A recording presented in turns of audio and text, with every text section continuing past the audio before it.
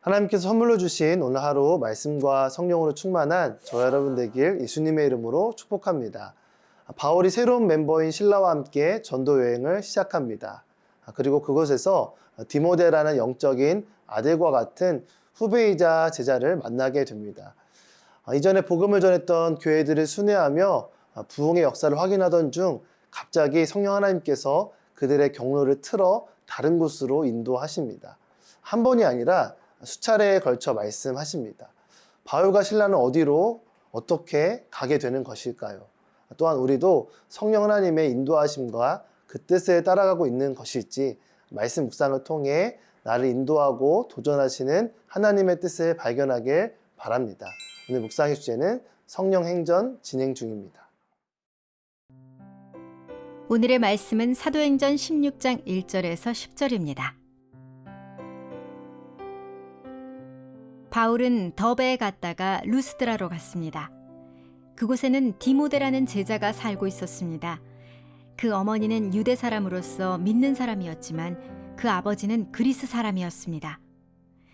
디모데는 루스드라와 이고니온의 형제들에게 칭찬받는 사람이었습니다. 바울은 전도 여행에 그를 데려가고 싶었습니다. 그래서 그 지역에 사는 유대 사람들 때문에 그에게 할례를 주었습니다. 그것은 그의 아버지가 그리스 사람이라는 사실을 그들 모두가 알고 있었기 때문입니다.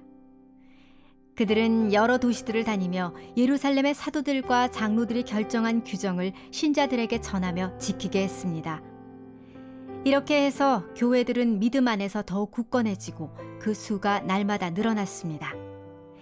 성령께서 아시아 지방에 말씀 전하는 것을 막으셨기 때문에 바울과 그 일행은 부르기아와 갈라디아 지방을 거쳐 무시아 지방 가까이 이르러 비두니아로 들어가려고 했습니다.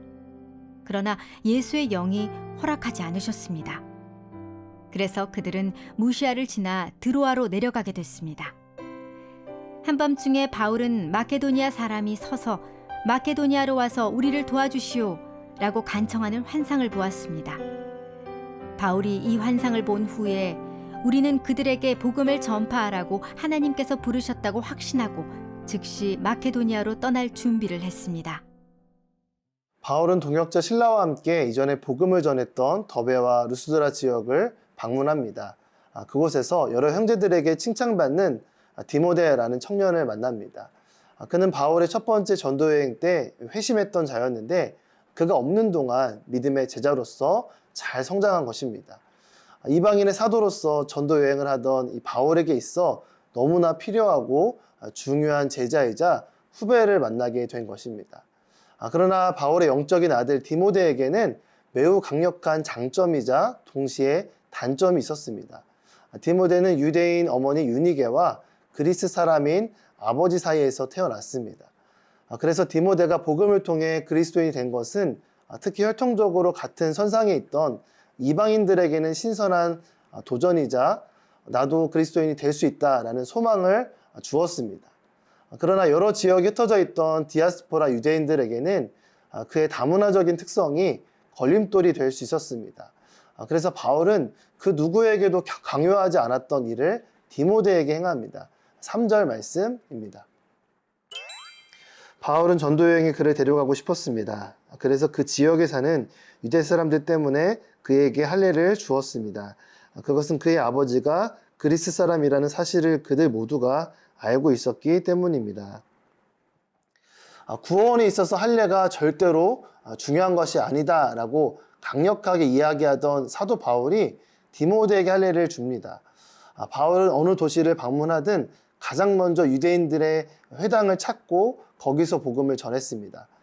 디모데가 팀에 합류해서 회당을 방문했을 때 그가 할례받지 않은 일 때문에 유대인들의 마음을 다치게 해서 복음을 전하는데 걸림돌 될 것을 우려했던 것입니다. 그래서 바울은 디모데가 유대인의 회당에서 적극적으로 활동할 수 있도록 할례를 주어 방해물을 제거해 줍니다. 우리는 때로 고정관념에 빠지고 고지식한 것을 신앙의 전통을 지키는 것으로 오해하기도 합니다. 하지만 이 성경에 기록된 진정한 신앙의 전통은 오늘 바울이 보여준 사람들의 고정관념이 막아설 때 막히면 돌아가고 깊으면 채워 흘러가 결국에는 이 복음을 전하는 창조적인 유연성입니다. 디모데 입장에서도 할례를 받는 것은 쉬운 결정이 아니었을 것입니다. 하지만 디모데는 바울의 후배이자 그리스도의 제자답게 생명의 복음을 전하기 위해 기꺼이 자신의 몸을 내어줍니다.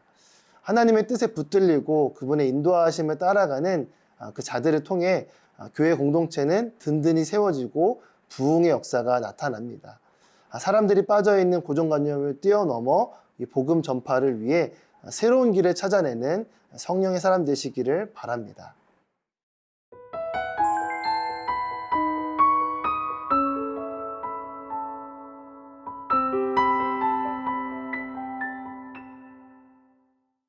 바울은 그가 계획한 대로 아시아 지역을 순회하며 말씀을 전하려 합니다. 하지만 성령께서 막으셨습니다.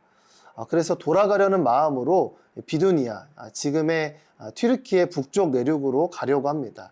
하지만 이 또한 성령께서 허락하지 않으셨습니다. 그래서 결국 바울 일행은 유럽의 그리스를 마주하고 있는 드로아라는 항구 도시로 가게 됩니다. 때가 차면 하나님께서 이 환상을 통해 바울에게 명확한 길을 알려주십니다. 9절, 10절 말씀입니다. 한밤중에 바울은 마케도니아 사람이 서서 마케도니아로 와서 우리를 도와주시오라고 간청하는 환상을 보았습니다.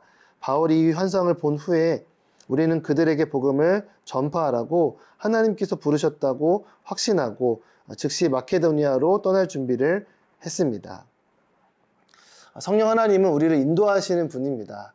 인도에는 길을 알려주고 열어주는 것뿐만 아니라 막아서는 것도 포함되어 있습니다. 사도 바울은 자신의 계획을 변경하는 몇 번의 시도를 합니다. 하지만 끝까지 고집하지는 않습니다.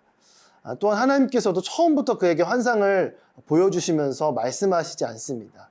사도 바울이 경로를 변경하는 그 시간들을 통해 하나님의 비전을 받을 수 있는 기회를 주신 것입니다. 그리고 때가 참에 건너와서 우리를 도와달라는 이 마케도니아 사람의 환상을 통해 명확한 비전을 보여주십니다. 오늘 본문에서 발견할 수 있는 성령 하나님은 인격적인 분입니다.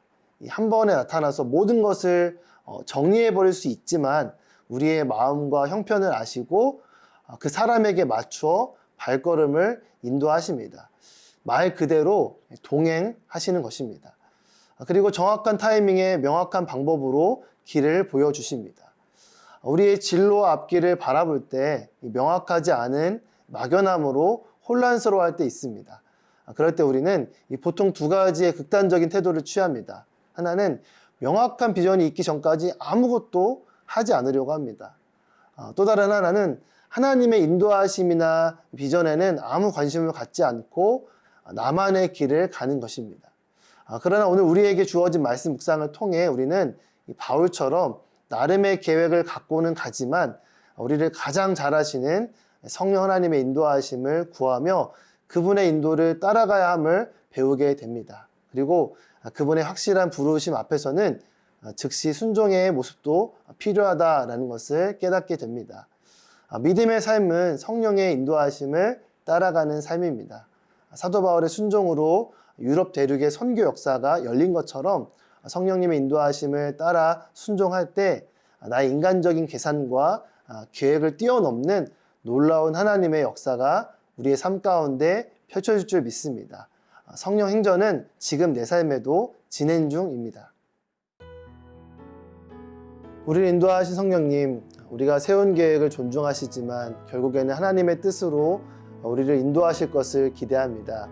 즉시 순종할 수 있는 영적인 민감성과 결단력을 통해 하나님의 뜻을 이루는 저의 삶이 되게 해주세요. 예수님의 이름으로 기도드립니다. 아멘.